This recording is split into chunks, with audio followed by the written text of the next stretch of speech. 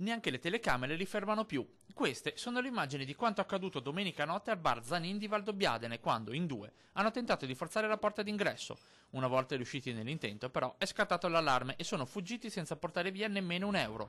È la seconda volta in un anno che i ladri cercano il colpo in questo locale, sempre senza riuscirci. Molto peggio è andata al bar Old Station di Montebelluna. Qui i ladri hanno colpito 2 volte in 24 ore.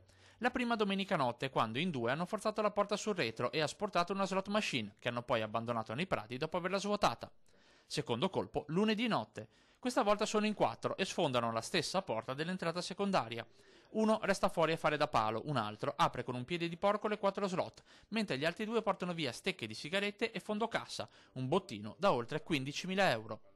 Fatti che si scontrano con i numeri presentati dal Comitato Ordine e Sicurezza convocato nel municipio di Castelfranco. Nell'area della Castellana reati in calo del 20% e furti quasi dimezzati. Non si può comunque dormire sonni tranquilli, lo prova la rapina di lunedì sera al Mercatone 1 proprio a Castelfranco, e il primo cittadino rinnova il suo impegno sul fronte sicurezza. Sostanzialmente è un territorio sicuro. Ho dato mandato che facciano il bando per la riqualificazione dell'impianto di videosorveglianza, che è uno strumento molto utile, deterrente e che magari anche a posteriori poi aiuta a identificare gli autori di eventuali delitti. I dati di questi ultimi anni ci confortano, ma non ci fermeremo qua, ha ribadito il prefetto di Treviso Laura Lega.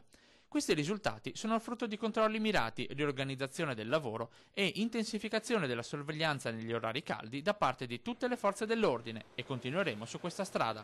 Dichiarazioni che raccolgono il consenso dei primi cittadini. C'è un'attenzione alta rispetto alla criminalità nel territorio di Castelfranco e della Castellana. I dati evidenziano un trend buono, nel senso che c'è un calo del 20%, e ciò dà il peso di quanto alta sia l'attenzione da parte delle forze preposte al controllo e alla sicurezza.